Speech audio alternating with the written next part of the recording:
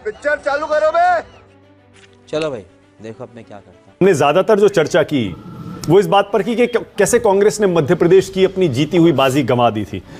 ये ऐसा ना हो रागिनी, जो बीजेपी बार बार कहती है हमने प्रो इनकम्बेंसी करके दिखाया है, और दिखाया है, कई राज्यों में करके दिखाया, केंद्र में करके दिखाया। ऐसा ना हो सब पलट जाए रागिनी।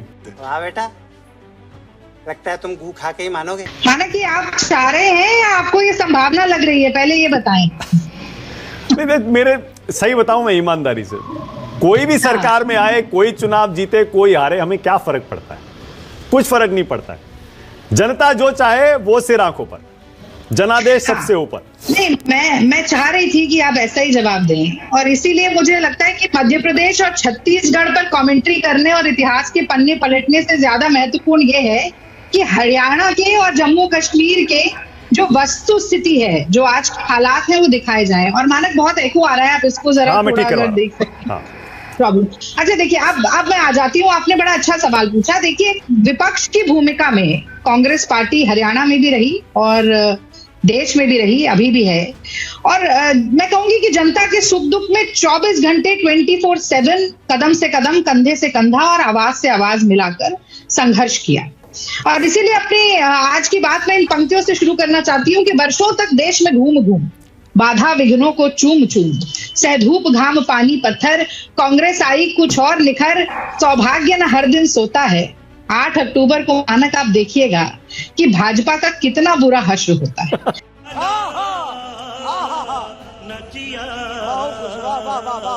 तो आपने हरियाणा से बात शुरू की, तो हरियाणा से शुरू कर लेते हैं। अब देखिए, हरियाणा में क्या हो रहा था अभी तक। मुझे लगता है 3 वर्ग, नौजवान, किसान और पहलवान, और मैं जवानों को भी नौजवान नहीं गिन रही हूं, ये 3 वर्ग कसम खाकर बैठे थे कि इस बार भारतीय जनता पार्टी की खटिया खड़ी करनी है। और वो क्यों, मैं वो बता देती हूँ आपको। देखिए, 37.4% की बेरोजगारी दर हरियाणा में है, जो कि देश की बेरोजगारी दर से 4 गुना ज्यादा है। 15 से 29 के आयु वर्ग में हर 3 में से 1 नौजवान बेरोजगार है। इसके बावजूद करीब 1,80,000 पद खाली हैं। और अगर जवानों की बात कर लें, तो जवानों को मजदूर बनाने का काम अग्निवीर योजना के द्वारा किया गया। उनसे उनका पेंशन का हक, शहीदी का हक, उनका कैंटीन का हक, जितने अधिकार होते थे सब छीन लिए गए। और उसके ऊपर पेपर लीक और पेपर रद्द, मतलब कि नौजवानों को आत्महत्या की कगार पर पहुंचाने का काम खट्टर और मोदी सरकार ने किया। मुझे क्रेडिट नहीं चाहिए, और मुझे लगता है इसीलिए खट्टर जी को छुपा के रख दिया गया। भाई, जिस मुख्यमंत्री के कंधे से 9.5 साल बंदूक चलाई गई, सरकार चलाई गई, उसको आज नई नवेली दुल्हन की तरह घूंघट में रख दिया गया कि कोई चेहरा भी ना देख ले। इतनी एंटी इनकम्बेंसी है। अगर मैं किसानों की बात करूं, तो एक तरफ डबल इंजन सरकार कहते हैं ना, हरियाणा में डबल इंजन सरकार। तो मोदी जी 2022 तक इनकम दुगनी करने वाले थे। 27 रुपया प्रतिदिन किसान कमा रहा है, एनएसएसओ का आंकड़ा है, वो भी छोड़ दीजिए। 750 किसानों की शहीदी होती है। कंगना रनौत बार बार बोलती रहती, कभी कहती है कि किसानों की माँ बेटियां जो है वो 100 रुपया लेकर प्रदर्शन करने आती थी, कभी कहती है कि बलात्कारी है, वहां पर तो लाशें लटक रही थी किसान आंदोलन में। एक चिट्ठी लिख दी जाती है उनके लिए, बिना नाम बिना साइन की, किसी को नहीं पता, नड्डा जी ने लिखी, अमित शाह ने लिखी, मोदी जी ने लिखी, किसने लिखी। उसके बाद वो फिर बयानबाजी करती है और कहती है कि जो 3 काले कानून है वो वापस ले आने चाहिए।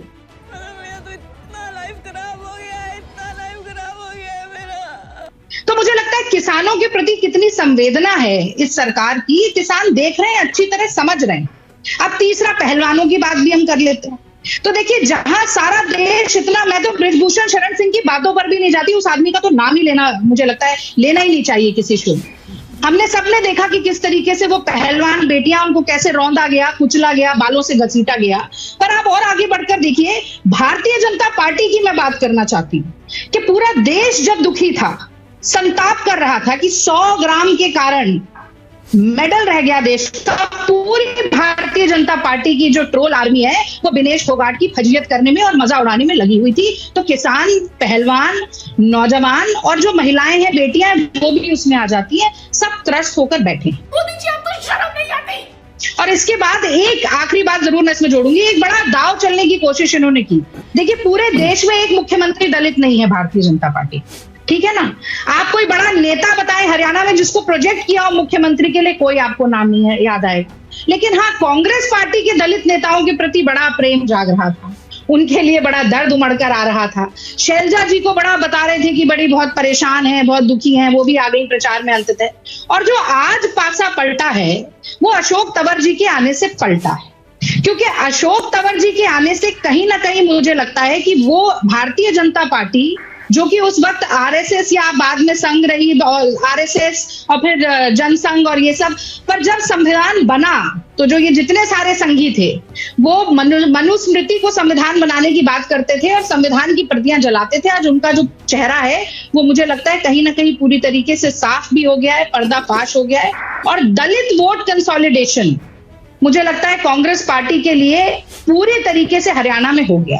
अब वहां वस्तु स्थिति यह है मानस कि जो सैनी साहब हैं वो एक हाथ से अपने सिंहासन मुख्यमंत्री की कुर्सी पकड़े हुए हैं, उनका एक हाथ अनिल विज खींच रहे हैं, एक टांग उनकी खट्टर साहब खींच रहे हैं और जो दूसरी टांग है वो राव इंद्रजीत खींच रहे हैं। तो हरियाणा में, जैसा कि आप ही के चैनल की एक और एंकर हैं वो बार बार कह रही थी, जब मैं उनके शो पे थी, हरियाणा कांग्रेस के लिए डन डील है और उसमें अब आंख में चोली खेलने, इफ बट किंतु परंतु करने, अगर मगर करने और मध्य प्रदेश की संभावना को जताने की मुझे नहीं लगता कोई गुंजाइश है। और जहां तक मध्य प्रदेश की भी बात है, मैं वहां मीडिया प्रभारी थी, मुझे लगता है हर हार से हमें सीखना चाहिए और जीत से ज्यादा हार सिखाती है। कुछ संगठनात्मक स्तर पर जो गलतियां मध्य प्रदेश में हमने की, देखिए मैं साफ गोई से बात करूंगी, जो सच है उसके प्रति उसे कहने में कोई गुरेज नहीं। कुछ संगठनात्मक वहां पर कमियां भी रही, कुछ हमारी स्टेट लीडरशिप को लेकर भी कुछ तनातनी रही, वो फिर बाद में प्रत्यक्ष समझ में भी आई थी, उससे हमने बहुत अच्छे से सीखा। और जैसे ही राहुल जी ने ये विजय संकल्प यात्रा शुरू की और एक फोटो आई बड़ी जबरदस्त जिसमें शैलजा जी और हुड्डा जी ऐसे हाथ जोड़कर राहुल जी बीच में खड़े हैं और वो ऐसे दोनों का हाथ जोड़ रहे हैं, तो मुझे लगता है हर कांग्रेस के कार्यकर्ता के दिल का तार उससे जुड़ गया। सही पकड़े हैं।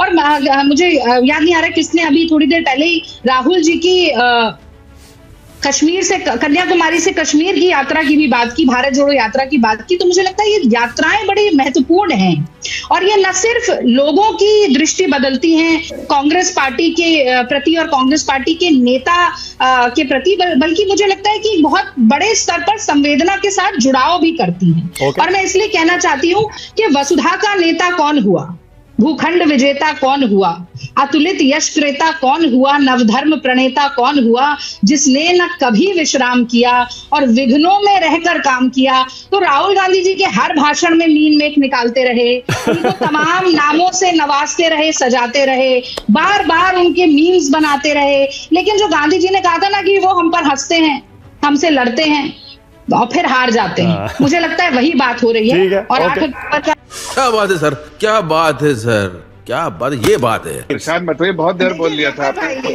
जफर भाई तो सुनिए, अब एक और शेर आपको सुनाती हूँ मैं कि तुम्हारे पाँव के नीचे जमीन नहीं, कमाल है तुम्हें अब भी यकीन नहीं। मानक आप बात कर रहे थे, ऑन्कोलॉजिस्ट बता रहे थे, 2 सेफोलॉजिस्ट जो बड़े सम्मानित आपके चैनल पर बैठे हैं, और आपने कहा कि 2nd स्टेज और 4th स्टेज कैंसर की जरा आप बताएं क्या व्याख्या रहेगी आपकी। मुझे लगता है इनसे पूछना चाहिए था कि भारतीय जनता पार्टी वेंटिलेटर पर है, उनकी तो समीक्षा और व्याख्या करने की जरूरत ही नहीं है। अब मैं तो कहती हूँ 8 तारीख को सीधा पोस्टमार्टम कीजिएगा और पोस्टमार्टम करके बताइएगा कि क्या हुआ क्या हुआ। गजब बेइज्जती है। अब 2 लाइन और बोल दूं बहुत जल्दी से। पिछले 10 साल में 5 प्रदेश अध्यक्ष भारतीय जनता पार्टी को हरियाणा में बदलने पड़े, 2 मुख्यमंत्री बदलने पड़े। जो मुख्यमंत्री अभी है सैनी साहब, बिल्कुल ठीक कहा, उन्हें ये बताने में ही सारा समय निकल गया कि मैं मुख्यमंत्री हूं, पर मुख्यमंत्री को 4 सीटें बदलनी पड़ी और उसके बाद चुनाव की 2 तारीख बदलनी पड़ी और उसके बाद 39 बड़े नेता, विधायक, मंत्री, सांसद ऐसे थे जिन्होंने पार्टी बदल दी। अब वो 40 हो गए, अशोक तंवर भी आ गए जो कि स्टार कैंपेनर थे इनकी पार्टी के। तो अब इस परिस्थिति में हरियाणा है, उसके बाद भी वो कहते हैं धृतराज तो अंधे थे, गांधारी ने खुद आंखों पे पट्टी बांध ली थी। तो भारतीय जनता पार्टी और उनके प्रवक्ता गांधारी बन के आंखों पर पट्टी बांधना चाहते हैं, तो ये मुगालफत ठीक है, ओके। क्या बढ़िया था गुरु। नहीं, मैं तो इस सवाल को इतनी गंभीरता से लेती नहीं कि इसका जवाब दे सकूं। अगर ऐसा लगता है कि वैचारिक धुरी के दो चरम पर खड़े हुए राष्ट्रीय दल एक साथ हाथ मिलाकर चुनाव लड़ लेंगे, तो फिर भारत में शायद चुनाव की व्यवस्था की नहीं, चुनाव नहीं, सरकार बना सकते हैं। सरकार बनाने की बात हो रही है। सरकार भी बनाने की आप बात कर ले। अब आप सोचिए कि गोडसे और गांधी एक साथ खड़े हो जाएंगे सरकार बनाने के लिए। सावरकर और गांधी तो खड़े हैं महाराष्ट्र में। आपने कहा ये सावरकर और गांधी तो महाराष्ट्र में है ना साथ में। अरे गोडसे और गांधी तो नहीं है ना, टिकट जारी किया। गोडसे और गांधी तो नहीं है ना। चलिए अच्छा, आगे बढ़ती हूँ, मैं जम्मू कश्मीर पर आ जाती हूँ। मुझे नहीं लगता ये सवाल इतना गंभीर है कि इस पर कोई ठोस जवाब देना चाहिए। बहरहाल मुझे लगता है कि पूत के पांव ना पालने में दिख जाते। तो ऐसा हुआ कि लोकसभा का चुनाव हुआ, बड़ा डंका पिट रहा था 370 का। कश्मीर में 3 लोकसभा हैं, श्रीनगर, अनंतनाग, बारामूला। तीनों पर भारतीय जनता पार्टी चुनाव ही नहीं लड़ पाई। फिर लोकसभा का चुनाव आया, पहली लिस्ट निकल कर आई, और वो ये दिखाना ऐसा चाहते हैं, जफर भाई भी दिखाएंगे कि जैसे इनकी तूती बजेगी 370 के बाद। तूती नहीं बजी, जम्मू कश्मीर में भी जूतियां बजने लग गई। इतनी ओके, मेरे पास टाइम, रागिनी मेरे पास टाइम खत्म हो रहा है। सुनिए ना, वापस लेनी पड़ी इनको। मेरे पास टाइम खत्म हो रहा है, मुझे जफर इस्लाम को 30 सेकंड देने। जफर भाई एक लाइन मुझे बोल देनी चाहिए, कोई त्रिशंकु कुछ नहीं होने वाला है। जम्मू कश्मीर भी कांग्रेस पार्टी जीतेगी और भाजपा के पास किसी और साथी को ढूंढने की संभावना भी नहीं है। ओके, शाबाश बेटा, बहुत बढ़िया। इस वीडियो के सामने आने के बाद सवाल तो बनता ही है, अगर हम करें तो करें क्या, बोले तो बोले क्या। वाह मोदी जी, वाह वाह वाह। भाई मजा आया, और मैं ये जो मजा है हिंदुस्तान के हर व्यक्ति को देना चाहता हूं।